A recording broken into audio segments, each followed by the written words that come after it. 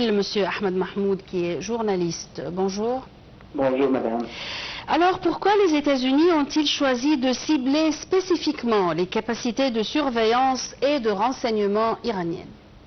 En fait, pour comprendre cette position, il faut savoir que les attaques militaires des États-Unis sur l'Iran, c'est un bouleversement complet de la sécurité du Moyen-Orient. Et ça, en fait, il faut regarder trois aspects majeurs.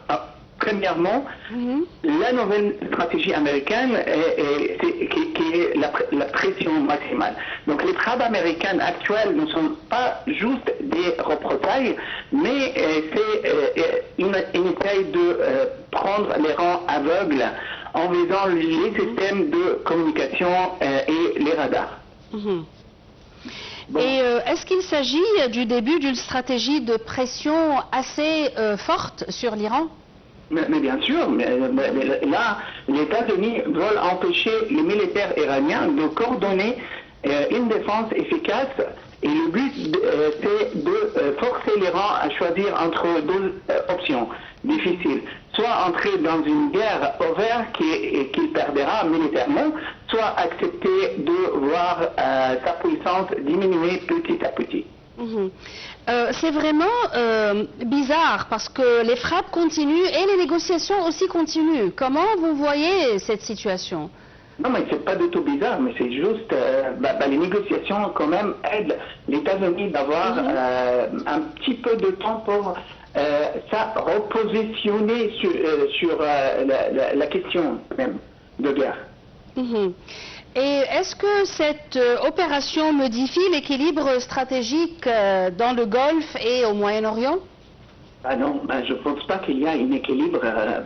En fait, déjà, pour parler, nous sommes tous au courant que la force américaine est très majeure et on ne peut pas là donc parler d'équilibration ou bien un équilibre dans les forces au Moyen-Orient. Non, je voulais dire l'équilibre entre l'Iran et les pays du Golfe et de la région, pas avec les États-Unis.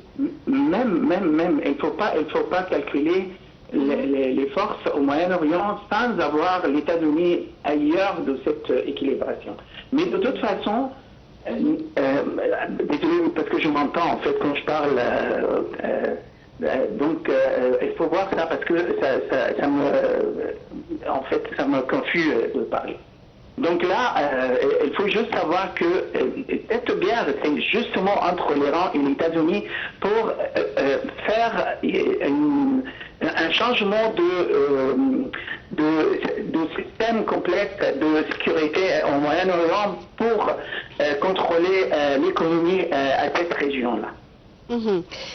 Et comment l'Iran pourrait-il répondre à ces frappes sans déclencher une confrontation directe avec les États-Unis? Donc, ils n'ont pas du choix. C'est soit utiliser les missiles comme d'habitude, soit attendre, voir comment ça va développer. Et dans quelle mesure cette démonstration de force américaine vise-t-elle à rassurer les alliés du Golfe sur l'engagement sécuritaire de Washington envers eux?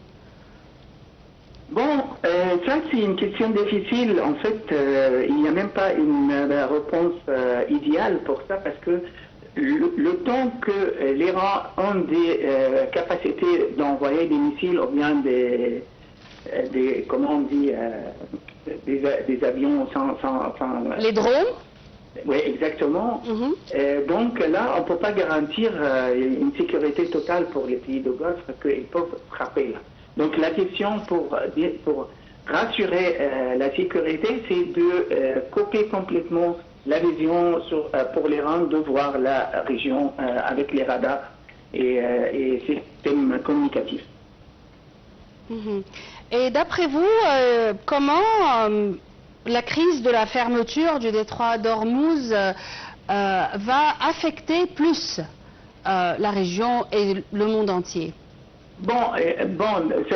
C'était clair depuis l'époque dernière que le blocage de Hormuz n'est pas seulement une menace pour les prix de pétrole, mais c'est un danger pour tout le système économique mondial.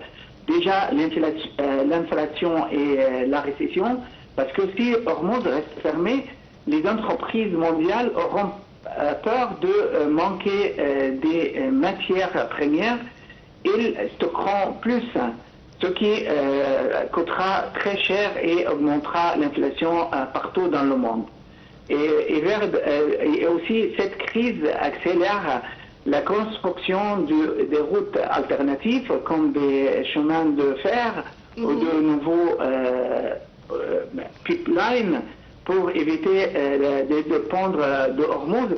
Et ça, ce n'est pas plus un choix de développement, mais une question de survie pour la sécurité des pays consommateurs d'énergie. Consommateurs d'énergie, pardon. Et selon vous, quelles sont les chances de réussir à trouver un accord entre l'Iran et les États-Unis? Bon, ça c'est un espoir, hein, parce que déjà ça devient de plus en plus difficile. Donc, Téhéran, en tout cas, c'est qu'une guerre totale pourrait signifier la fin de son régime actuel. Et son but est donc de rendre la présence américaine trop coûteuse et privilégiera probablement des cyberattaques contre les infrastructures financières. Et ça va leur gagner un peu plus du temps pour peut-être avoir un accord à la fin. Et comment vous voyez la clause sur laquelle insiste l'Iran pour signer cet accord, celle de la paix et de la fin de la guerre au Liban? Juste le futur qui peut nous montrer ça, parce que jusqu'à maintenant, on ne sait pas exactement quelles sont les décisions finales, soit pour les États-Unis, parce que comme vous voyez, M. Trump, il sort chaque jour par une décision, et le matin et peut-être l'après-midi, il changera sa décision. Et c'est la même chose, donc je pense que l'Iran aussi, ils attendront quand même avoir un accord final et pour savoir comment réagir à la fin. Et comment peut-on évaluer le rôle de l'Égypte dans cette crise? Heureusement, l'Égypte essaie de jouer au bien jour vraiment un rôle pour calmer la situation, pour avoir une vision un petit peu sage pour diminuer la tension et essayer de trouver une solution finale pour cette crise, parce qu'en même temps, on ne peut pas nier que notre économie aussi peut être impactée par cette guerre-là. Monsieur Ahmed Mahmoud, je répète que vous êtes journaliste et analyste politique. Merci beaucoup pour vos explications. Une petite pause et je reviens tout de suite.